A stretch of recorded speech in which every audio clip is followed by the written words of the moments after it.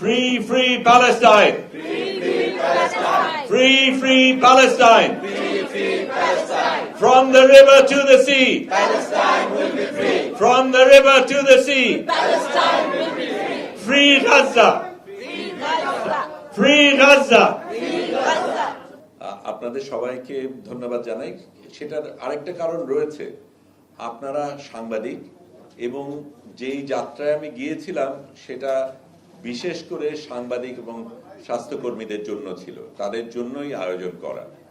কেন করা সেটার কথা বলি, কারণ এই গাজার ফিলিস্তিনের উপর যে আক্রমণ এটা তো নতুন না, বহু বছর ধরে হতে, যদিও 7ই অক্টোবর 2023 নিয়ে এত কথা বলা হয়, এই আগ্রাসন, ইসরায়েলি আগ্রাসন তার অনেক আগের থেকে চলছে, কাজেই সেটাকে ভুলে গেলে চলবে না। কিন্তু যেই জিনিসটা আমরা তারপরে দেখেছি যে পাশ্চাত্যের দেশগুলি, তার সাথে কিছু কিছু আরব দেশগুলি যুক্ত হয়ে যেভাবে ইসরায়েলকে সমর্থন করেছেন, মদদ দিয়েছেন, সহযোগিতা করেছেন, সেটাতে খুব পরিষ্কার যে এটার রাজনৈতিক বিষয়টা শুধু গাজাকে নিয়ে না, এক ধরনের পৃথিবীকে একভাবে ঢালাওভাবে সাজানোর একটা চেষ্টা। তো সেটার ক্ষেত্রে আমরা অনেকে প্রতিবাদ করেছে, বিভিন্ন ধরনের প্রতিবাদ হয়েছে, এবং এটা সত্য যে এখন এই দেশগুলিতেও জনগণ কিন্তু সরকারের সাথে একই মত রাখে না, নেতা নেত্রীদের সাথে একই মত রাখে না, তারা ভিন্ন মত পোষণ করে বলেছে, কিন্তু তারা যেটা বলেছে তাতে খুব বেশি কিছু হয়নি, তারপরেও আগ্রাসন চলছে। এখন আমরা বলছি সিজ ফায়ার, এই মুহূর্তেও কিন্তু সেখানে মানুষ মারা যাচ্ছে, আগ্রাসনের কারণে যেমন মারা যাচ্ছে, দুর্ভিক্ষের কারণেও মারা যাচ্ছে, খাবার না পেয়ে মারা যাচ্ছে, পানি না পেয়ে মারা যাচ্ছে, সেই জিনিসটা চলছে। এবং তখন আমাদের অনেকের মনে হয়েছিল যে শুধু কথা বলে চলবে না, আমাদের কিছু একটা করে দেখাতে হবে, এবং এই যেই অবরোধটা করা হয়েছে, যে অবৈধ অবরোধটা করা হয়েছে, সেটাকে আমাদের আক্ষরিকভাবে, ফিজিক্যালি, দৈহিকভাবে এটাকে আমাদের ভাঙার চেষ্টা করতে হবে, সেটা না হলে হবে না। এই মিষ্টি কথা দিয়ে কিচ্ছু হবে না, কিচ্ছু আসে যায় না। সেটা করতে গিয়ে ফ্লোটিলা কিন্তু এর আগেও হয়েছে, 2008 হয়েছে, তখনই প্রথম যারা গাজা পর্যন্ত পৌঁছতে পেরেছিল, তারপরে কিন্তু কোনো ফ্লোটিলা গাজা পর্যন্ত পৌঁছাতে পারেনি। কিন্তু এই চেষ্টাগুলি চলছে। সবচেয়ে বড় চেষ্টাগুলির মধ্যে যেটা ছিল সুমুদ ফ্লোটিলা, কিছুদিন আগে যেটা শুরু হয়, সেটা তারা যাত্রা শুরু করে 3রা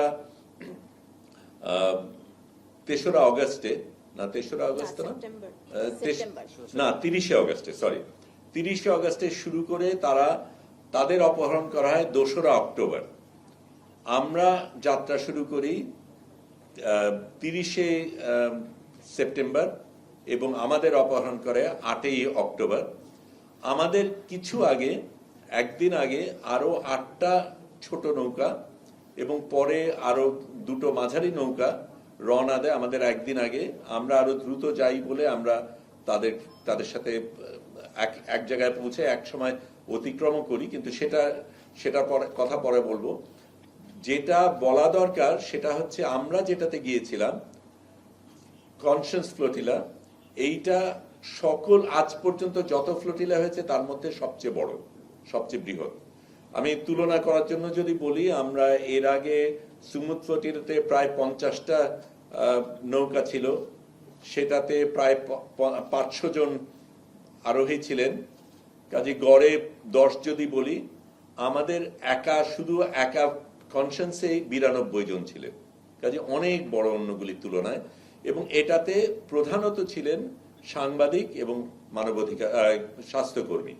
সেটার একটা বিশেষ কারণ ছিল, কারণ দুটো জিনিস। একটা হচ্ছে এই অবরোধের কারণে সাংবাদিকদের বিচরণ করতে দেওয়া হয়নি, ইসরায়েল সেটা বাধা দিয়েছে, এবং স্বাস্থ্যকর্মীদের কাজ করতে দেওয়া হয়নি, হাসপাতালকে আক্রমণ করা হয়েছে, মানবাধিকার স্বাস্থ্যকর্মীদের খুন করা হয়েছে, সেটা একটা। এবং এই মানুষগুলির যে কোনো যুদ্ধের পরিস্থিতির মধ্যে এই দুই দল পেশাজীবীদের কিন্তু অবাধ আসা যাওয়ার হওয়ার কথা, সেটা হচ্ছে না। এবং যেখানে ইসরায়েল তাদের নিজেদের মরাল আর্মি হিসাবে বলে, এটা ডেমোক্রেসি হিসাবে বলে, সেখানে আন্তর্জাতিক আইন এরা কিভাবে ভাঙছে প্রত্যেকটা মুহূর্তে এবং ভেঙে পার পেয়ে যাচ্ছে, সেটাকে আমাদের প্রশ্ন করার কথা ছিল। কারণ যেহেতু এই দুই ধরনের পেশাজীবীর ব্যাপারে তাদের সবচেয়ে বেশি আগ্রাসন, সবচেয়ে বেশি ভয় এবং এদের সবচেয়ে বেশি খুন করা হয়েছে, আমরা সিদ্ধান্ত নিয়েছিলাম আমরাই যাব এই অবরোধটা ভাঙার জন্য এবং আমাদের সহকর্মী যারা গাজায় আছে তাদের পাশে আমরা দাঁড়াবো। ওই দায়িত্বটা আমাদের আছে আমরা মনে করেছি, সেই কারণেই এই ফ্লোটিলাটা বিশেষ করে করা। সুমুদ ফ্লোটিলার প্রধান উদ্দেশ্য ছিল তারা ত্রাণ দেবে, কিন্তু সত্যিকার অর্থে ত্রাণ তো আছেই, শয়ে শয়ে ট্রাক বাইরে দাঁড়িয়ে আছে যারা ঢুকতে পারছে না। কাজে ত্রাণ দেওয়াটা একটা সিম্বলিক ব্যাপার ছিল, যেহেতু ইসরায়েল যেতে দিচ্ছে না সেইখানে আমরা ত্রাণ দিয়ে, সুমুদ ফ্লোটিলা ত্রাণ দিয়ে ত্রাণের কারণে যাচ্ছে। আমরা কিন্তু সেই অজুহাতও দেইনি, যদিও আমাদের সাথে অনেক ত্রাণ ছিল, সেটার ভিন্ন কারণ ছিল। কারণ আমরা ধরেই নিয়েছিলাম আমরা যাব এবং গেলে আমাদের কি হবে সেটা জানি না, কতদিন থাকতে পারবো জানি না। আমরা যাতে গাজাবাসীদের উপর বোঝা হয়ে না যাই সেই কারণে তাদের থেকে, যখন তাদের এত কম আছে সেখানে আমরা তাদের যারা আছে তার উপর ভাগ না বসাই, সেই কারণে আমরা বাড়তি নিয়ে গেছিলাম। এটা ত্রাণ দেবার উদ্দেশ্যে না, তাদের উপর চাপ না তৈরি, তাদের উপর বোঝা না হওয়ার উদ্দেশ্যে। কাজেই আবার ফিরে যাই, সবচাইতে বড় ফ্লোটিলা। আবার আরেকটা জিনিস, এবং এটা নিয়ে অনেকে অনেক কথা বলেছে, সেই কারণে আমি পরিষ্কার করছি, এই ফ্লোটিলাটা সবচাইতে দ্রুত পৌঁছেছে, সকল ফ্লোটিলার চাইতে অনেক অল্প সময়ের মধ্যে এটা পৌঁছেছে। ওই যে বলছি, যেটা 30শে অগস্টে রওনা দিয়ে 2রা অক্টোবরে অপহরিত হলো, আমরা 30শে সেপ্টেম্বরে রওনা দিয়ে 8 তারিখে আমাদেরকে অপহরণ করা হলো। সেটাও তারও আগে হতো, কারণ আমাদের পরিকল্পনা ছিল আমরা 6 তারিখে পৌঁছাবো। একদম সবচাইতে গতিশীল ভাবে গেলে 1 সপ্তাহের মধ্যে পৌঁছানো সম্ভব। কিন্তু আমাদের আগে যেই 8টা নৌকা এবং পরে আরো 2টো নৌকা যায়, মাঝারি নৌকা যায়, এগুলির গতি আমাদের চাইতে অনেক কম। এই 8টা নৌকা পালতোলা নৌকা অত দ্রুত যেতে পারে না। আমরা প্রথমে ভেবেছিলাম আমরা চলে যাব, কিন্তু আমাদের তারপর মনে হলো তাদেরকে ফেলে যাওয়াটা আমাদের ঠিক হবে না। কাজেই তাদের সাথে তাল মিলিয়ে আমরা প্রথমে পেছনে যাওয়া সত্ত্বেও আমরা তাদেরকে অতিক্রম করি, কিন্তু আমরাই তারপরে সিদ্ধান্ত নেই যে না, তাদের আমরা ফেলে যাব না, এটা লড়াইয়ের স্বার্থে তাদেরকে আমাদের সাথে রাখা দরকার। অন্য যেই 2টো জাহাজ ছিল সেগুলি যান্ত্রিক সমস্যার কারণে পরে তাদের ফিরে যেতে হয়েছে, তারা যেতে পারেনি। তারপরে যেটা হলো, যেটা এখানে এটাও আপনারা বুঝবেন যে আমরা আপনাদের নিয়মিত আপডেট দিচ্ছিলাম, কিন্তু সেখানে এই আপডেট তো ইসরায়েলও পাচ্ছে। কাজে আমাদের খুব সচেতনভাবে এমন জিনিস বলতে হয়েছে যেটা আমাদের কোনোভাবে কম্প্রোমাইজ করবে না, যেটার কারণে যেই উদ্দেশ্যে আমরা যাচ্ছি সেটাকে ব্যাহত না করা হয়। এবং সেই জায়গায় আমরা বাছাই করে কিছু কিছু জিনিস বলিনি, তার মধ্যে একটা আজকে আপনাদের বলি, এর আগে বলা হয়নি। সেটা হচ্ছে, আমরা যখন 6 তারিখে পৌঁছানোর সিদ্ধান্ত নিয়ে দেরি করলাম আমাদের অন্যান্য ফ্লোটিলার কারণে, তখন দেখা গেল আমরা 7ই অক্টোবরে পৌঁছবো এবং ইসরায়েল বলেই যাচ্ছে যে আমরা হামাস সমর্থনকারী। 7 তারিখে যদি আমরা পৌঁছাই তাহলে এটা বলার সুযোগ তারা অনেক বেশি পাবে, কারণ তারা ওইটাকে জাস্টিফিকেশন হিসাবে দেখাতে পারবে। কাজে আমরা ট্যাকটিক্যালি সিদ্ধান্ত নেই যে 7 তারিখে আমরা পৌঁছবো না, 8 তারিখে পৌঁছানোর চেষ্টা করব। কাজে সেই হিসাবে আমরা বাড়তি একদিন ওইখানেই ছিলাম। কেউ দেখেওছেন যে আমরা ট্র্যাকারে দেখেছেন যে আমরা এক জায়গায় কিছুক্ষণ ছিলাম, ওই 7 তারিখে যাতে আমাদের না পৌঁছতে হয় সেটার কারণে। কয়েকটা জিনিস বলা দরকার, যারা গিয়েছিল তাদের কথা বলি। অসাধারণ কিছু মানুষ এই কনসিয়াস ফ্লোটিলায় ছিলেন, সত্যিকার অর্থে একেবারে লড়াকু মানুষ। হুয়াইদা আরাফ, যার সাথে আমি প্রথম যোগাযোগ করি, আমি পরে আপনাদের প্রশ্নের অন্য উত্তরগুলিও দেব, কিন্তু আমি শুধু জানানোর জন্য বলছি, তিনি কিন্তু প্রথম এই মাবি মারমারাতে ছিলেন যেখানে তার 10 জন সহকর্মী মারা যায়, তাকে হত্যা করা হয়, খুন করা হয়।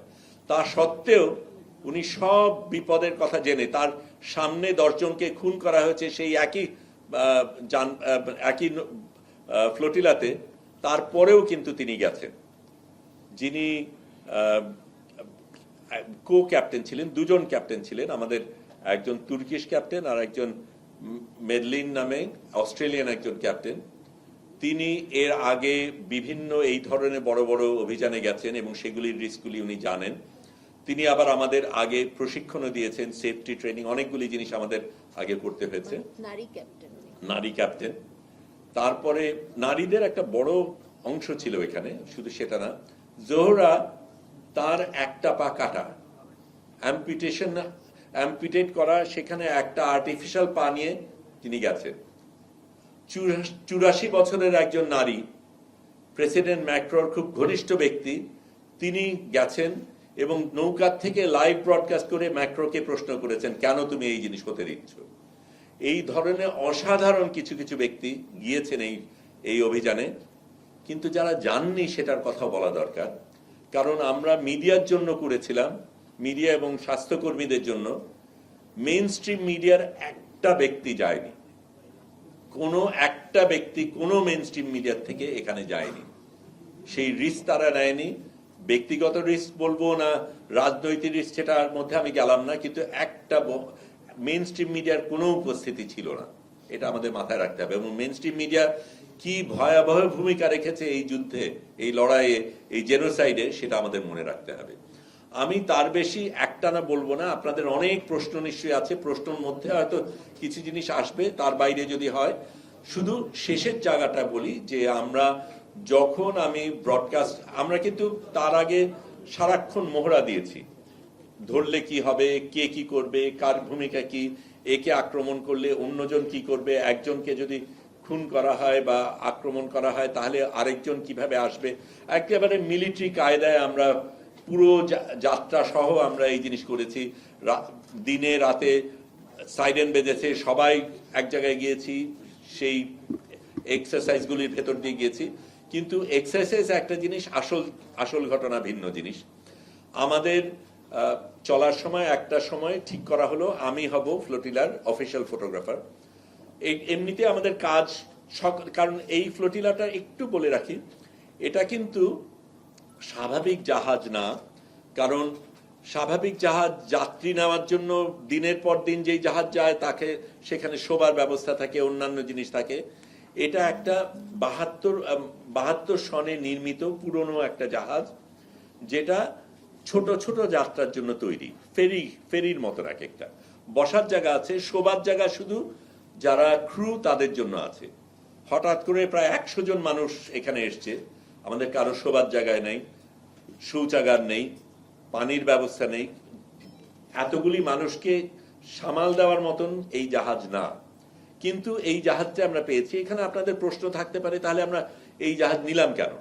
প্রথম জিনিসটা হচ্ছে, আপনি ভাবেন কোন ক্যাপ্টেন বা কোন মালিক, জাহাজের মালিক তার জাহাজটা দিয়ে দেবে যদি সে জানে যে এই জাহাজটা গাজাতে যাচ্ছে, ইসরায়েলি আক্রমণ হওয়ার সম্ভাবনা রয়েছে এবং এর আগের গুলিকে সবগুলিকে ধ্বংস করা হয়েছে। তারপরে তার চাইতে বেশি গুরুত্বপূর্ণ ক্রু।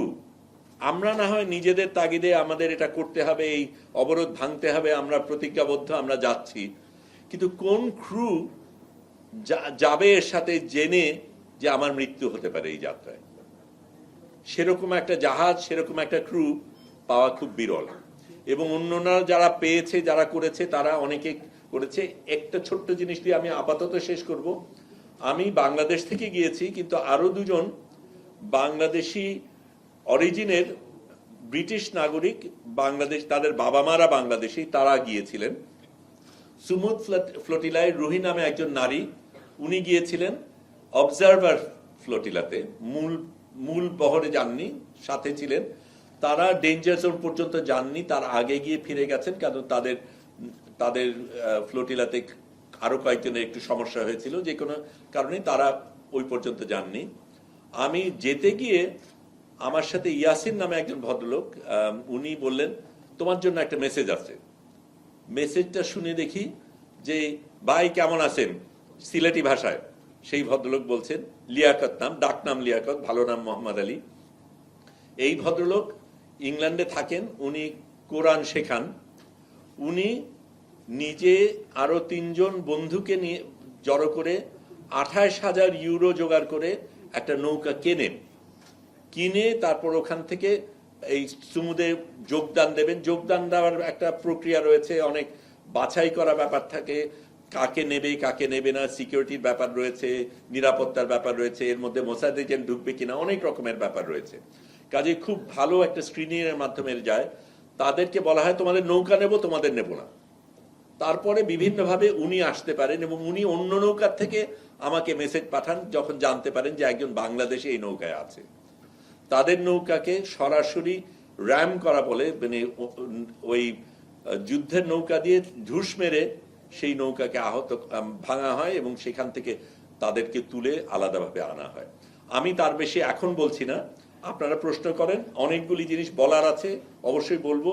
কিন্তু এটা আমি বলি সত্যিকার অর্থে আমি গেছি, কিন্তু আমি আপনাদের সকলকে নিয়ে গিয়েছি। আপনারা যেভাবে সাথে ছিলেন, যেভাবে সমর্থন করেছেন, যেভাবে ভালোবাসা দেখিয়েছেন, এটা অসাধারণ। আমি এটাও বলবো, আমাদের chief adviser professor Muhammad Yunus যেইভাবে সাড়া দিয়েছেন, শক্তিশালী ভূমিকা রেখেছেন, জোরালো ভূমিকা রেখেছেন, এটাও অসাধারণ। কারণ এই বাঘা বাঘা দেশগুলির একটা দেশের একটা নেতা বা নেত্রী কিন্তু কিচ্ছু বলেননি। এমনকি আমরা যখন বেরোলাম তখন ইস্তানবুলে যখন পৌঁছায় আমেরিকার কনসুল থেকে কেউ আসেওনি। তখন আমাদের কনসুলের মাধ্যমে তাদের পরিবারকে ফোন করে যোগাযোগের ব্যবস্থা আমরা করেছি। কাজেই সেটা একটা অসাধারণ জিনিস ছিল। আপনারা অসাধারণ একটা ভূমিকা পালন করেছেন, সারাক্ষণ সাথে ছিলেন। আমার পরিবার পরিজন সহকর্মী লড়াইতে যারা ছিল সারাক্ষণ, তারা অসাধারণ ভূমিকা পালন করেছে। এবং এই জিনিসগুলি আমরা অন্যদের যখন বলেছি, তারা কিন্তু সেটার থেকে ভীষণভাবে উৎসাহিত হয়েছে, অনুপ্রেরণা পেয়েছে। কারণ তারা মনে করছিল তারা বোধহয় একা, তাদের নিজেদের দেশের মানুষ সেরকম ভাবে সাড়া দিচ্ছে না। বাংলাদেশ যেভাবে সাড়া দিয়েছে, সেইভাবে সত্যিকার অর্থে পৃথিবীকে বাংলাদেশ দেখিয়েছে যে সারা পৃথিবীতে বাংলাদেশ কি ধরনের ভূমিকা রাখতে পারে।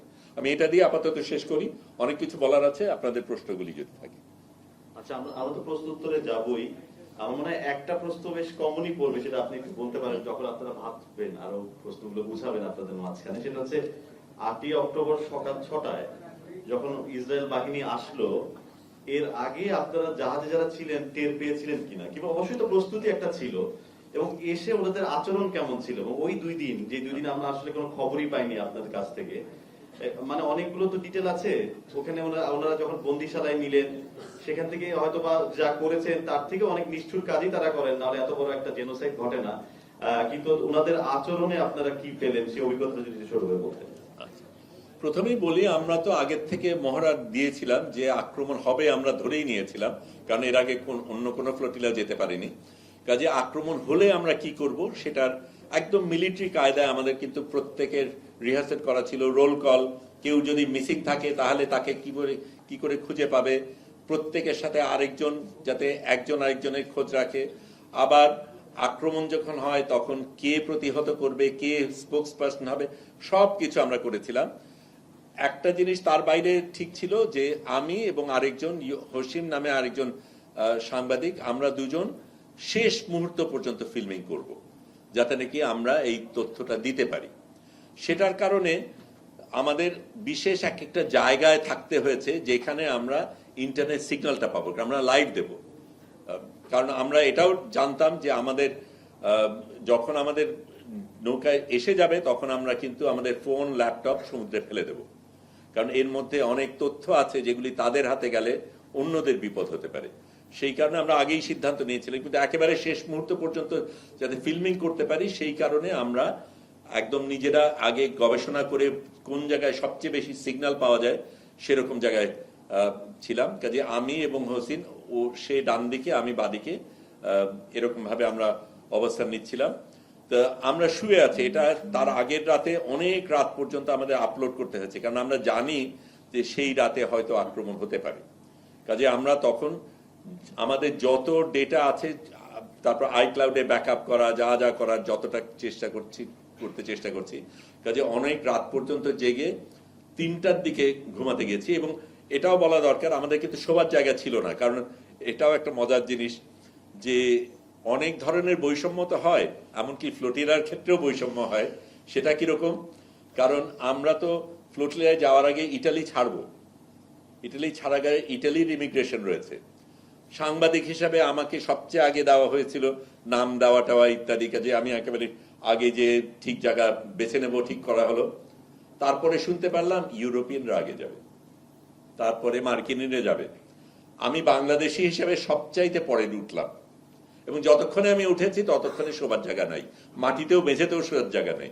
কাজে আমি যেখান থেকে আমরা ব্রডকাস্ট করি ওইখানে স্লিপিং ব্যাগ বসিয়েই করেছি, তাতে সুবিধা হয়েছে। কারণ যখন বলা হলো যে সিগন্যাল পাচ্ছি, কারণ রেডার দেওয়া আছে, আমরা 24 ঘন্টা কিন্তু আমরা মনিটর করছি। আমার নিজেরও ড্রোন ওয়াচ ছিল, ছাদে গিয়ে আমরা এদিক ওদিক তাকিয়ে দেখি ড্রোন আছে কিনা, কোনো কিছু হচ্ছে কিনা, রেডারের তথ্য পাই, অন্যদের থেকে আমরা সিগন্যাল নিচ্ছি। তখন হঠাৎ করে ওই সাইরেন বাজা শুরু করলো, এবং হুয়াইরা তখন বলছে এটা কিন্তু আসল, এটা মহড়া না। তখনই তো আমি বুঝে ফেলেছি ঘটনা কি। তখন অন্যান্য কিছু না দিয়ে আমি শুধু আমার ল্যাপটপ এবং মোবাইল এই দুটো হাতে নিয়েছি, কারণ এই দুটোকে ফেলে দিতে হবে এবং আমার শেষ মুহূর্ত পর্যন্ত ফিল্মিং করতে হবে। আমি গিয়ে তারপর ততক্ষণ বসছে, ততক্ষণে অন্যান্য জিনিস চলছে, রোল কল চলছে ইত্যাদি। তার মধ্যে আমি ফেসবুক লাইভ করতে চেষ্টা করছি, অনেক ঝামেলা হচ্ছে, কোনোভাবেই সংযোগ হচ্ছে না। তারপরে খানিকটা একটা অংশ পেলাম, কেটে গেল। তারপরে একটা ছোট্ট অংশ পেলাম, যখন ওই নৌকাগুলি দূরে অন্ধকারের মধ্যে দেখানো যাচ্ছে। তারপরে সেটাও থেমে গেল। আমি বুঝলাম যে ওপরে তখন হেলিকপ্টারের বাতাসের কারণে এটার জন্য আমরা প্রস্তুত ছিলাম না। আমরা কজন আসতে পারে, কিভাবে আসতে পারে, আমাদের জাহাজটা অনেক বড় বলে তল থেকে না এসে হেলিকপ্টার থেকে আসার সম্ভাবনা বেশি, সেটাও আমরা জানতাম। কিন্তু হেলিকপ্টার আসলে এরকম ভাবে বাতাস, পানি সব কিছুর একটা ঝড় তৈরি হবে, সেটা আমাদের হয়তো হিসাবে ভুল ছিল। তার মধ্যেই কাজ করতে হয়েছে। এবং যখন দেখি যে একেবারে বন্দুক নিয়ে নৌকায় জাহাজে নেমে গেছে উপরের ডেকে, তখনই আমি আমার মোবাইল ফোন এবং ল্যাপটপটা আরেকজনকে দিয়েছিলাম, কারণ আমার দুটো করতে গিয়ে ভুল হয়ে যেতে পারে। আরেকজনকে ইনস্ট্রাকশন দিয়েছিলাম, আমার মোবাইল ফোন পড়ার সাথে সাথে তুমি ল্যাপটপটা ফেলে দেবে। মাত্র 1 সপ্তাহ আগে মোবাইল ফোনটা কেনা, কাজে একটু আফসোস ছিল। যাই হোক, সেটা ভিন্ন কথা। কিন্তু ওই পরিস্থিতিটা হলো। তারপরে এরা যখন নামলো, আমি গুনেছি 39 পর্যন্ত, কিন্তু আমার অনুমান 50 জন খানিক ছিল। আমি একেবারে এক এক করে যত গুনতে পেরেছি গুনেছি। 50 জন খানিক ছিল, কিছু নারীও ছিল। পুরুষরা পুরো কমব্যাট গিয়ারে, মেশিন গান, এক একজনের এক এক রকম machine gun, sniper bullet, laser bullet আলাদা ছিল। এবং সেই সময় আমরা দেখি যে আমার উপরে এবং হসিমের উপরে ওই লেজার পড়ছে। কাজেই ঠিক মোবাইল ফোন ফেলে দেওয়ার আগের ঘটনা বলছি, লেজার ফোন কিন্তু আমাদের একদম কপালের উপর টার্গেট করা। তাড়াতাড়ি ফেলে দিলাম। তারপরে এটা ভয় দেখানোর জন্য করে কিনা সেটা জানি না, কিন্তু পড়েছে। তো যাই হোক, ওই জায়গায় ওটা করার পরে আমরা দেখলাম যে যারা মানে পুরুষ যারা ছিল, প্রত্যেকের কাছে বিভিন্ন ধরনের মেশিন গান, এক একজনের কাছে সাইলেন্সার আলা, আবার স্নাইপার আলা, প্রত্যেকটার উপরে সাইট আছে। তারপরে বেশ কয়েকজনের মাথার উপরে গোপ্রো, নাইট ভিশন, বাইনোকুলার এবং বিভিন্ন ধরনের প্যাডিং। তারপরে এখানে ওই গ্রেনেডের মতন এক ধরনের জিনিস। আবার একজনের ক্ষেত্রে দেখলাম যে গোলাপি রঙের টিউব, তার মধ্যে কি আছে আমরা জানি না, এই ধরনের অনেক কিছু আছে।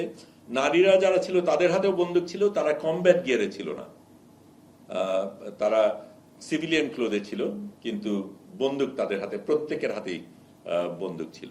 এইভাবে তারা নেমে সারা জিনিসটা দখল করে, আমাদের ভয় তো দেখাই, তারপরে কিভাবে কি করতে হবে সেগুলি বলে, তারপরে আমাদের এক এক করে ভেতরে নিয়ে যায়, নিয়ে আলাদা আলাদা ভাবে আমাদের বড় জাহাজ, কাজে অনেকগুলি জায়গার মধ্যে আমাদের আলাদা আলাদা ভাগ করে তারপরে পাহারা দেয়। আমাদের তো তখন আর যোগাযোগ নেই, এবং তারা কোনোভাবে আমাদের কি করতে হবে, আমাদের কোনো কথা বলার কোনো সুযোগ নেই, কোনো কিছু নেই, কিন্তু একেবারে বন্দুক নিয়ে ওইভাবে দাঁড়িয়ে আছে। আমরা আমাদের কিভাবে বসতে হবে, কি কি করতে হবে সেগুলি বলল। আমি বাকি আলাপে পরে যাই, কিন্তু এই জায়গায় আমরা তখন আমাদের কাছে পরিষ্কার যে এখন আমাদের গাজায় যাওয়ার আর সুযোগ নেই, এখন আমরা সম্ভবত ইসরায়েলি জেলের দিকে যাচ্ছি। আমরা প্রশ্ন দিয়ে শুরু করি না, কারণ প্রশ্ন থাকে। আচ্ছা, মাইক কি আছে? একটা মিনিট একটু অপেক্ষা করেন, মাইকটা নিয়ে একটু বলবেন।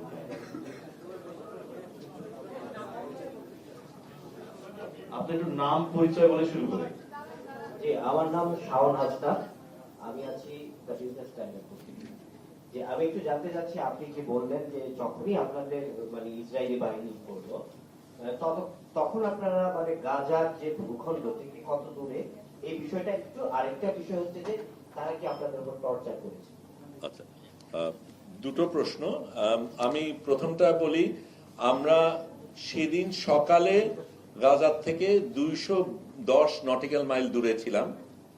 ওই সময় ঠিক কত দূর ছিলাম সেটা আমরা জানি না, কারণ আমরা রাতে চলছি এবং আমাদের যখন ধরেছে সেই সময়কার রিডিং, সেটা আমরা তো সারাক্ষণ আপডেট দিচ্ছিলাম যে এত দূরে আছি, এই করছি।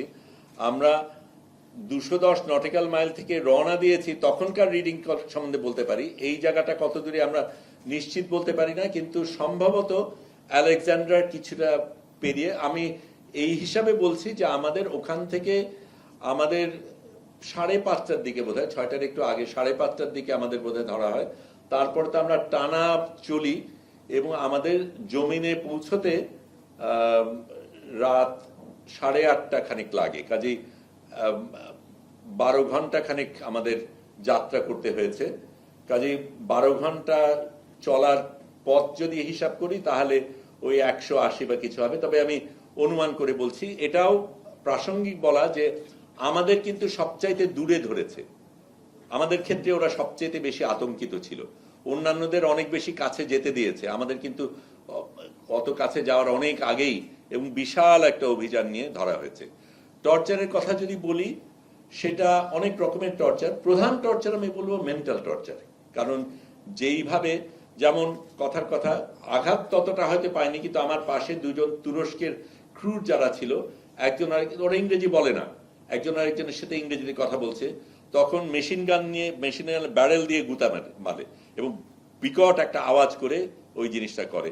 তো ওই ধরনের জিনিসগুলি হচ্ছে। তারপরে যেটা করা হয়েছিল, আমি অল্প কিছু অংশ বলি, যে আমরা যখন জাহাজ থেকে নামি তখন আমাদের প্রত্যেককে 3 জন একেবারে উপর করে হাত অনেক পেছনে নিয়ে মাথা নামিয়ে নিয়ে যায়। আমাদের কারো কারো ক্ষেত্রে ওই প্লাস্টিকের ইউজুয়ালি যে হয় না, যে হাত জিপলকের মতন একটা জিনিস থাকে যেটা দিয়ে হাত বাঁধে, ওই জিনিসগুলি করা হয়। তারপরে আমার পাশে ইয়াসিন নামে একজন, ইয়াসিন না, আলী নামে একজন ভদ্রলোক ছিল, টুনিসিয়ান। তার ফিলিস্তিনি শার্ট পরা ছিল, তাকে শার্ট খুলতে বলা হয়, উনি রাজি হননি, বলে না আমি এটা খুলবো না। তখন তার উপর চড়া হয়, তাকে সাহায্য করতে আদনান বলে একজন যায়, তার উপরও চড়া হয়। এবং তারপরে আমাদের মানে হাঁটু গেড়ে বসানো যেভাবে হয়, ওইটা আমার জন্য অন্তত বেশ কষ্টকর ছিল। আমার এমনিতেই একটু সমস্যা হয়, কিন্তু প্রায় 2 ঘন্টা আমরা উবু হয়ে মাথা নিচু করে ওইভাবে ছিলাম। এটা আমি নিশ্চিত না, একজন আমাকে বলেছে, আমার দেখা নেই, তবে হতেও পারে, গন্ধ দিয়ে হতে পারে, বলা হয়েছিল যে যেই জায়গাটায় ঘাটে, যেই জায়গায় টারম্যাকের উপর আমাদের বসানো হয়, সেইখানে কি তারা গিয়ে পেশাব করেছিল, তারপরে আমাদের ওখানে বসানো হয়েছে, ইসরায়েলিরা পেশাব করেছিল। তারপরে আমার জন্য যেটা সবচেয়ে খারাপ লেগেছে সেটা হচ্ছে, আমার তো পাসপোর্ট ছিল, তা পাসপোর্ট নিয়ে সেই মাটির মধ্যে পাসপোর্টটাকে ফেললো, যেটা আমাকে সবচেয়ে বেশি বলবো আঘাত করেছে। ফিজিক্যাল আঘাতের চাইতে সেটা আমাকে বেশি লেগেছে। আমি ওটা নিয়ে আবার নিয়েছি, আমার থেকে কেড়ে নিয়ে আবার ফেলেছে, আমি আবার নিয়েছি, আবার ফেলেছে, এবং তারপরে আমার উপরে চড়াও হয়েছে। কাজে এই ধরনের কিছু কিছু জিনিস হয়েছে যেটা নিয়ে আমরা চিন্তিত ছিলাম। আমি এই আলীর কথা যদি বলি, আলীর তখন গেঞ্জি ছেঁড়া। ওই সময় আমার অন্তত চোখে পট্টি দেওয়া ছিল না এবং হ্যান্ডকাফও করা ছিল না। আলীর কিন্তু তাই ছিল, আদনানেরও তাই ছিল, এবং তারা তো কষ্ট পাচ্ছিল, বলাই হচ্ছিল। তারপর আমার পাশে যেহেতু ছিল, তাকে বলছিল সে ইউ লাভ ইসরায়েল, সে বলে না আই লাভ প্যালেস্টাইন। তারপর আবার চড়ো হলো তার উপরে। পরবর্তীকালে যেই লিয়াকত, যিনি বাংলাদেশি, সিলেটি বাংলাদেশি, যিনি আমার সাথে যোগাযোগ করেছিলেন, পরে জেলে তার সাথে আমার দেখা হয়, তখন উনি বলেন ওনাকে তারা বলেছিল তুমি হামাসের এজেন্ট, ভিতরে নিয়ে তোমাকে গুলি করা হবে। কাজে এই ধরনের জিনিসও হয়েছিল। আর অন্যান্যভাবে অত্যাচার তো করা হয়েছিল, সকলকে ছাড়া হয়নি। মানে মানে একটু বিছানা আর এই যে সেলে রাত্রেবেলা। আচ্ছা, ইসের কথা বলি যে কয়েকটা জিনিস ইন্টারেস্টিং, যে আমরা লোহার বিছানায় ঘুমাতাম। এটা আমরা নামার পরে আমাদের কিন্তু বাসে করে প্রথমে তো অনেকগুলি চেকিং হয়, আমাদের যন্ত্রপাতি নিয়ে নেয় সবকিছু। তারপরে আইনজীবী, ভাগ্যিস আমরা প্রস্তুতি নিয়েছিলাম, আইনজীবী আমাদের প্রথম সই করার সময় একটা ডকুমেন্ট সই করতে হয়, সেই ডকুমেন্টে লেখা যে আমি অবৈধভাবে ঢুকেছি। আমরা আগেই সিদ্ধান্ত নিয়েছিলাম এই মুসলিকে আমরা সই করব না, কারণ আমরা তো অবৈধভাবে যাইনি, আমরা আন্তর্জাতিক পানিতে ছিলাম এবং এই অবরোধটা অবৈধ, কাজে আমরা নিজেদের অবৈধ বলবো কেন। সেটা অবশ্য আমরা আইনজীবীদের সাথে আলাপ করে নিয়েছিলাম। আরেকটা ফর্ম ছিল, সেটাও কিছুটা ওই রকমের, এই দুটোর কোনোটাই আমরা সই করবো না বললাম। তৃতীয় একটা ফর্ম, যেটা আইনজীবী আমাকে অবশ্য বলেছিল আইনজীবীকে পাওয়া যাচ্ছে না, আমি বলছি আমি আইনজীবী ছাড়া বসবো না। তারপর আইনজীবী আসলো, আমরা আগেই প্রস্তুত নিয়েছিলাম, আমরা ওই যে বললাম রাত জেগে সবার ছবি সবকিছু পাঠিয়ে দিয়েছিলাম, কাজে আইনজীবীরা সেভাবে এসেছিল এবং আইনজীবী আমাকে বলেছিল এইটা তুমি সই করতে পারো, আমরা রেকমেন্ড করি, সেটা হচ্ছে 72 ঘন্টার মধ্যে আমাকে যেন ডিপোর্ট করা হয়, যাতে আমাকে জেলে না রাখা হয়, সেইটা আমি সই করি। তো সেই জায়গাটা হওয়ার পরে আমাদের অনেকগুলি ধাপের পরে আমাদের একটা বাসে উঠানো হয়। সেই বাসে এরকম আমরা একদম ঠাসাঠাসি 4 জন পাশে বসলে যেরকম হয়, ওইটার আমি মেপেছিলাম, যদিও পট্টি দেওয়া ছিল, আমি ফাঁকতালে আমার এটাকেও একটু ম্যানেজ করে, পট্টিকেও ম্যানেজ করে আমি দেখতে পেরেছি যে কারা ছিল তা তো আর বোঝা যায়নি, কিন্তু 4 জন আছে, আকারটা ধরতে পেরেছি। এটা ছিল আনুমানিক 2 ফুট বাই 5 ফুট একটা কক্ষ, তার মধ্যে আমরা 4 জন বসে লোহার ইসের মধ্যে, প্রচন্ড ঠান্ডা, মানে এটা ফ্রিজারের মতন কোনো একটা কিছু। আমরা তো পাতলা গেঞ্জি পরা, কারণ আমাদের কাপড় সাপড় নিয়ে অন্য গেঞ্জি পরিয়েছে, তাদের দেওয়া গেঞ্জি পরিয়েছে, সেটাই পরা, কাজেই মানে এবং 2 ঘন্টার মতন আমরা যাত্রা করি। পরে আমরা জানতে পারি যে ওদের সবচাইতে টপ সিকিউরিটি জেল, একদম মরুভূমির মাঝখানে একটা জেল আছে, সেইটাতে আমাদের রাখা হয়েছিল। তারপরে আমরা অবশ্য আগে সিদ্ধান্ত নিয়েছিলাম আমরা হাঙ্গার স্ট্রাইক করব, আমরা খাইনি, কিন্তু সকলের শরীর তো একই রকমের না, কারো কারো প্রয়োজন ছিল। এই 2.5 দিন আমরা ওখানে ছিলাম, জেলে ছিলাম, সেই সময় 1 প্লেট খাবার দেওয়া হয়েছে, যারা খেয়েছে তাদের, আমরা খাইনি। মানে বিছানা আর আচ্ছা। সেলে যে রাত্রেবেলা। আচ্ছা, বিছানার ক্ষেত্রে যেটা, বিছানাটা লোহার ছিল এবং ওই বিছানায় একটু কাত হলেই বিকট একটা আওয়াজ হয়। লোহাগুলি এমন ভাবে করা, একটা স্প্রিং ধরনের একটা কিছু বোধহয়, যে পাট পাট পাট বন্দুকের গুলির আওয়াজের মতন হয়। কাজে আমরা, আমাদের সেলে 8 জনের জায়গা ছিল, আমরা ছিলাম 7 জন, এবং যেই যখন শুচ্ছে একটু ঘুরলেই পাড়াক করে ওঠে। সারা রাত কিন্তু এই জিনিসটা হয়েছে। আমাদের বাথরুমের অবস্থা আর বললাম না, ওটা বাদ দিলাম, কিন্তু একটা মজার জিনিস, অন্যান্য জিনিস বলি, কিন্তু আমাদের উল্টা যেটা করেছি সেটার কথা বলবো। আমি ছিলাম, এই লিয়াকত শাহ ছিলেন 1 নম্বর কক্ষে, আমি ছিলাম 12 নম্বর সেলে। 7 নম্বর সেলে যারা ছিল তারা একটা মজার কাজ শুরু করলো। ওর মধ্যে তারা, আপনারা ওই যে কি জানি গানটা, লেবা প্যালেস্টিনা, না লেবা প্যালেস্টিনা, ওই যে বিদ্রোহী গানটা বেলাচাও, বেলাচাও তো গানটা তো আপনারা জানেনি, তারা বেলাচাও সুরে গান গাওয়া শুরু করলো। We want working toilets, we want working toilets, we want it now. এই পুরো জিনিসটা করে গান শুরু করে দিল। খানিকক্ষণ পরে আমাদের 20টা সেলে প্রত্যেকে আমরা গান শুরু করে দিলাম। এই উই ওয়ান্ট, তাদের টয়লেট ছিল না, খারাপ ছিল বা কিছু, এবং নালিশ করা হচ্ছে, কিছু করছে না, এই বেলাচায়ের গানে সুরে তারা এই গানটা রচনা করে গাওয়া শুরু করে দিল। তার একটা স্ট্র্যাটেজিক কারণও ছিল, ওই সময় অনেকগুলি দেশের যারা কনসাল জেনারেল তারা এসছিল দেখা করার জন্য, এবং তাদের সাথে তো আমাদের যোগাযোগ করার কোনো উপায় নাই। এইটা সবাই মিলে যখন আমরা গান করা, যদিও তারা বন্দুক নিয়ে এসে শাসানোটা আমরা পাত্তা দেইনি, আমরা গান গেয়ে গেছি, এবং এই গান কিন্তু ওদের কাছে পৌঁছেছে, বোঝা গেল। কারণ তারপরে তাদের ওই সেল থেকে আরেক সেলে সরানো হয়েছে। বাথরুম ঠিক করা হয়নি, কিন্তু সেল বদলানো হয়েছে। আরেকটা কি জানি ছিল বললি? ওই যে রাত্রেবেলা একসাথে ও আচ্ছা, অন্য যেটা, এটা আমি মনে করি আমরা তাদের যতটা ভয় পাই তাদের চেয়ে তারা আমাদের বেশি ভয় পায়। কারণ আমরা কি করতে পারি সেটা নিয়ে তাদের একটা আতঙ্ক ছিল, এবং আমাদের ভয় দেখানোর পদ্ধতিটা ছিল থেকে থেকে রাত্রেবেলায় হঠাৎ রায়েট গিয়ার নিয়ে, মেশিন গান নিয়ে, সব কিছু নিয়ে হুড়মুড় করে সেলের মধ্যে ঢুকে গেল, মাঝখানে ঢুকে গেল, ধাম ধাম করে বাড়ি দিল। আমরা ওর মধ্যে ঘুমাতে চেষ্টা করছি, ঘরের মধ্যে এসে চিৎকার টিৎকার হয়ে দাঁড়াও, এই করো ওই করো, এই ধরনের জিনিস করছে। একদম একটা আতঙ্ক তৈরি করার মতন পরিস্থিতি। প্রশ্ন আর জি, নাম আর পরিচয়টা দিন। আমি মাহাদি সেকেন্দার, এটেল নিউজে কাজ করি। আমার প্রশ্নটি, দুটি প্রশ্ন। একটি হলো, আপনারা যখন জেলে ছিলেন হাঙ্গার স্ট্রাইকের কথা বললেন, আপনি হাঙ্গার স্ট্রাইকে ছিলেন কিনা, এবং যারা হাঙ্গার স্ট্রাইকে ছিল তাদের খাওয়ানোর জন্য প্রচেষ্টা কিংবা তাদের অ্যাটিটিউড ছিল কিনা, এটি নাম্বার 1, কিংবা টর্চারের আচরণ ছিল কিনা। নাম্বার 2, আপনি বলছিলেন যে আপনাদের আইনজীবী ছিল, তার মাধ্যমে ছাড়া পাওয়া অন্যান্য প্রক্রিয়া ছিল, কিন্তু অনেকে ছাড়া পায়নি। আপনি আসলে কেন ছাড়া পেলেন, বা যারা ছাড়া পেল তাদের কি কন্ডিশনে ছাড়া হলো, আর যারা ছাড়া পায়নি তাদের আসলে কেন ছাড়া হলো, এই দুটি জায়গা। Thank you. প্রথমত অধিকাংশকেই ছাড়া হয়েছে, এমনকি সুমুদের কয়েকজন এর আগে ছিল, তাদেরকেও ছাড়া হয়েছে। আমরা যেই প্লেনে এসেছি তাতে আমরা প্রায় প্রত্যেকে ছিলাম। যারা আসেনি আমরা জানতে পেরেছি তারা প্রধানত ইসরায়েলি, তাদের, এবং তারা ডুয়াল সিটিজেনশিপ তাদের আছে, ইসরায়েলি এবং মার্কিনী সিটিজেনশিপ আছে, তারা ছাড়া পায়নি। আমরা চিন্তিত ছিলাম যে আদনান হয়তো ছাড়া পায়নি, কারণ তাকে আমরা খুঁজে পাচ্ছিলাম না। এবং আমাদের হাঙ্গার স্ট্রাইক অল্প কয়েকজন ছাড়া আমরা সবাই, আমি সহ, আমরা প্রত্যেকেই করেছি।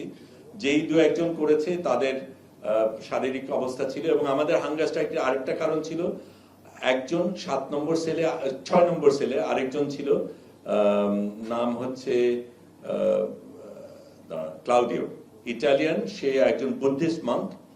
তার এই যাত্রায় শুরু করার আগে তার একটা স্টেন্ট বসানো হয়েছিল, তার সেটার ওষুধ দরকার ছিল, সেই ওষুধ রাখা ছিল সামনে, কিন্তু তাকে দেওয়া হচ্ছিল না, এবং তাকে সেই ওষুধ দেওয়ার জন্য আমরা প্রতিবাদটা করেছিলাম। নিশ্চয়ই অনেক প্রশ্ন থাকবে আপনাদের, বলেন।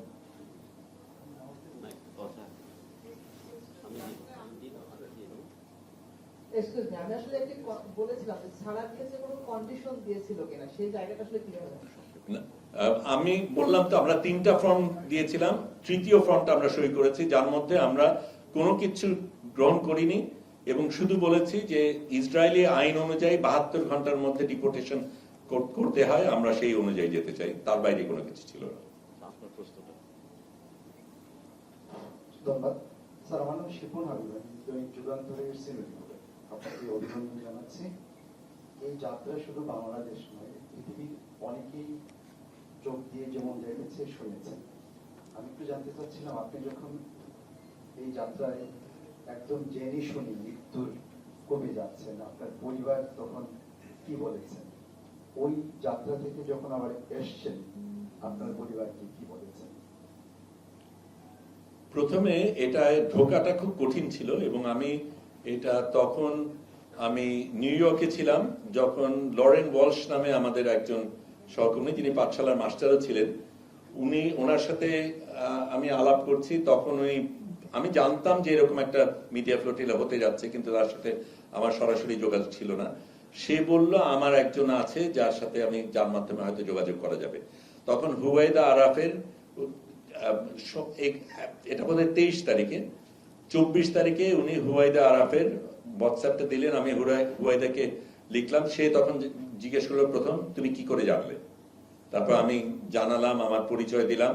তারপরে 24 তারিখেই, অন্যদের কিন্তু বাছাই করা অনেক আগে হয়েছে, আমি একদম শেষ ব্যক্তি যাকে ইনক্লুড করা হয়েছে। তখন সে বলল, তুমি 28 তারিখের মধ্যে ব্রিন্ডিজিতে পৌঁছাতে পারবে কিনা। আমি তখন দেখলাম কোনোভাবেই এটা সম্ভব না, কিন্তু তার আগে আমি সিদ্ধান্ত নিয়ে ফেলেছি আমি যাব, এবং রেনুমাকে আমি জানালাম যে আমি যাব। তখন তো আমার যোগাযোগ আছে, ও একটা ছোট্ট উত্তর দিল 100%। এবং তারপরে আমরা কি করব কি না করব সেগুলি লম্বা আলাপ গেছে, এবং তারপরে এটাও একটু মজার জিনিস বলি, সেটাও একটা ইন্টারেস্টিং জিনিস। লরেনের সাথে আমার পরের দিন সকালবেলায় দেখা করার কথা, ওর শরীর খারাপ বলে আসতে পারেনি। আমি নিউ ইয়র্কে যখন হেঁটে যাচ্ছি তখন রাস্তা দিয়ে এক ভদ্রলোক বাংলাদেশি, উনি আমাকে দেখে চিনে ফেললেন এবং উনি ইশারা করলেন কথা বলতে চাই। আমি বললাম ভাই আমার খুব ব্যস্ত, এখন পারবো না। আমরা নম্বর যোগাযোগ করলাম। উনি তারপরে বহুবার আমার সাথে যোগাযোগ করতে চেষ্টা করতে পারেননি। ওই দিন লরেন্স না থাকাতে তাকে আমি সময়টা দিলাম। সে এসে, আমি তখন ট্রাভেল এজেন্টের সাথে যোগাযোগ করছি কি করে আমি ওই জায়গায় অত তাড়াতাড়ি পৌঁছাবো। তখন সে আমাকে বলে সে একটা ভিয়েতনামিজ বিলিয়নারের জন্য সে ফিক্সার, বিভিন্ন জিনিস ম্যানেজ করে। সে এমনকি বললো যে তার একটা রাশিয়ার থেকে বিড়াল আনতে আমার $12,500 খরচ করতে হয়েছে, কিন্তু সেটা অন্য আলাপ। কিন্তু সে বললো আমি তো জানি কি করে করতে হয়। সে তখন অ্যাপে বসে যেই জিনিসটা করলো, বলে দেখো ব্রিন্ডিসি তুমি পৌঁছাতে পারবে না, কিন্তু রোম থেকে তুমি যদি বাস নাও লেচ্চে বলে একটা জায়গায় যেতে পারবে, 10.5 ঘন্টা যাত্রা। তা আমি ওইটাই করলাম, বললাম রাতে দাও, কারণ আমি এখনো ফ্লাইট পাইনি। ফ্লাইট তার আগে আমি ব্যবস্থা করতে চেষ্টা করবো যাতে রোম পর্যন্ত পৌঁছাতে পারি। কিন্তু একটা হলে আর একটা হবে, সেটার বিলাসিতা আমাদের নাই। কারণ বাসের টিকিট আমি তখন কেটে ফেলে তারপর আমি অন্য মিটিংয়ে চলে গিয়ে ট্রাভেল এজেন্টকে দায়িত্ব দিলাম তুমি এই টাইমের মধ্যে আমাকে রোমে পৌঁছানোর ব্যবস্থা করো। আমি ওইখানে ফোকাটার্ক আর প্রফেসর ইউনুসের যেই মানবাধিকার সেশনটা ছিল ফোর্ড ফাউন্ডেশনে, ওখানে যখন বসে আছি তখন সে আমাকে টেক্সট করলো আপনার জন্য অপেক্ষা করছেন, আমি বুক করে ফেলেছি। কাজেই সেইভাবেই হলো। এবং আমি নিউ ইয়র্ক থেকে আমান হয়ে দোহা হয়ে ঢাকায় পৌঁছে এখানে আমাদের সাথে কি হবে, এতদিন থাকবো না, কিভাবে চলবে, এগুলির প্রস্তুতি নিয়ে আবার প্লেন ধরে রোমে গেছে এবং প্রেস কনফারেন্স করে রোমে চলে গেলাম। রোমে গিয়ে ওখানে তারপরে 5 ঘন্টা অপেক্ষা করে রাতের বাস ধরে সকালবেলায় লেচি পৌঁছালাম। সেখান থেকে আরেকটা বাস নিয়ে আরেকটা ট্রেন ধরলাম, সেই ট্রেনের পরে আরেকটা বাস নিয়ে তারপরে 20 মিনিট হেঁটে অত্রান্ততে যেখানে ওদের মহড়াটা ছিল সেটা 29 তারিখ সকালে পৌঁছাতে পারলাম। আমার 28 তারিখ রাতে পৌঁছানোর ওইটুক গ্রেস তারা আমাকে দিয়েছে।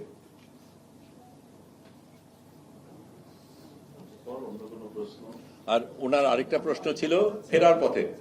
জি,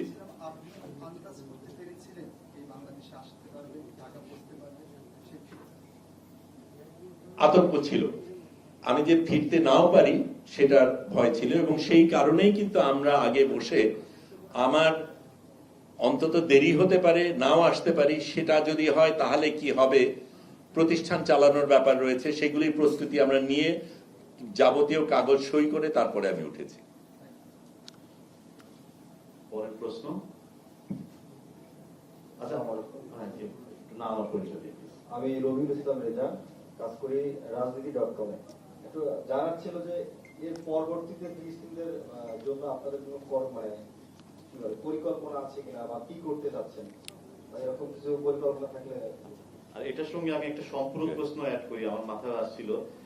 সেটা হচ্ছে যে আপনি এত কাছে গেলেন গাজা, আপনারা সবাই যারা ছিলেন ফ্লোরিডায়, গাজাবাসী সম্পর্কে নতুন কোন তথ্য পেয়েছেন কিনা? নিশ্চয়ই নিজেরা আলোচনা করতেন এবং তথ্য আপনাদের কাছে আসতো। এখন ওখানে পরিস্থিতিটা কেমন, সেই বিষয়ে আপনি একটু নতুন কোনো খবর দিতে পারবেন কিনা আমাদের? আমরা হাজতে থাকাকালীন আমাদের তো কোনো সংবাদ পৌঁছয়নি, কিন্তু তখন আমরা শুনতে পাই যে সিজ ফায়ারটা ঘোষণা করা হয়েছে এবং হতে যাচ্ছে।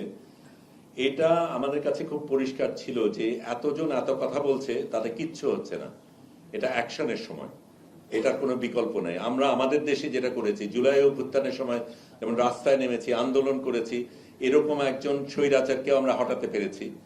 এখানেও সেই জিনিস আন্তর্জাতিকভাবে সেরকম একটা জিনিস করা দরকার। আমাদের একেবারে আক্ষরিকভাবে ফিজিক্যালি নিজের দেহ দিয়ে আমার কোনোভাবে ইন্টারভেনশন করার প্রয়োজন আছে, এটা আমরা মনে করেছি। এই প্রশ্নটা করেছিলেন, আমরা এখানে যারা যারা ছিল তাদের অনেকেই এর আগে গাজায় ছিল, তাদের উপর অত্যাচার হয়েছে, তারা সেই অত্যাচার সহ্য করার পরে আশেপাশের মানুষ মারা গেছে, তারপরেও কিন্তু এই মানুষগুলি যাত্রাতে করেছে। এবং আমরা একটা জিনিস করেছি আপনার প্রশ্নের উত্তরে, এই অসাধারণ কিছু ব্যক্তি একসাথে হওয়ার কারণে আমরা যে সিদ্ধান্ত নিয়েছি যে আমরা এখন আন্তর্জাতিকভাবে একটা নেটওয়ার্ক দাঁড় করাবো। যেহেতু গ্লোবাল লিডাররা করবে না, আমরা অ্যাক্টিভিস্টরা কিভাবে করতে পারি সেই লড়াইয়ের প্রস্তুতি আমরা নিয়েছি। সেটা বিস্তারিত আলাপ আপনার সাথে করব না, কিন্তু একটা ব্লুপ্রিন্ট আমরা করে রেখেছি এবং আমরা ফেরার আগেই আমরা সিদ্ধান্ত নিয়েছি যে আবার আমরা যাব এবং 1000টা জাহাজ যাবে।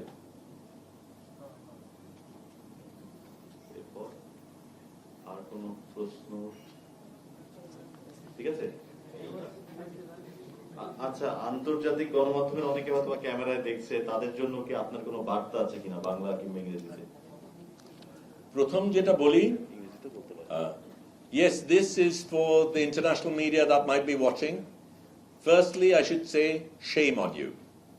Shame on you for being complicit in genocide. Shame on you for aiding and abetting the genociders. And shame on you for not being on the flotilla when that was an opportunity for you to prove that you were different. This is still an opportunity for you. Come, join the future flotillas and change your habits, rebel, be on the right side of history. আপনাদের সবাইকে অসংখ্য ধন্যবাদ।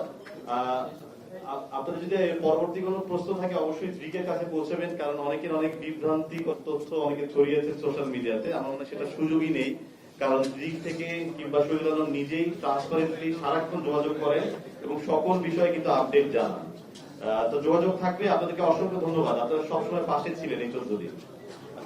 Free, free Palestine! Free, free Palestine! Free, free Palestine! Free, free Palestine! From the river to the sea! Palestine will be free! From the river to the sea! Palestine will be free! Free Gaza! Free Gaza! Free Gaza! Free Gaza! ধন্যবাদ আপনার সবাইকে। যেইটা নাই আমার এখানে এইগুলিও খুলে ফেলেছে। ও একটা ছোট্ট জিনিস আমি অ্যাড করতে চাই। সরি মাইকটা একটা ছোট্ট জিনিস আমি যোগ দিতে চাই, কারণ আমি মনে করি এটা খুব গুরুত্বপূর্ণ।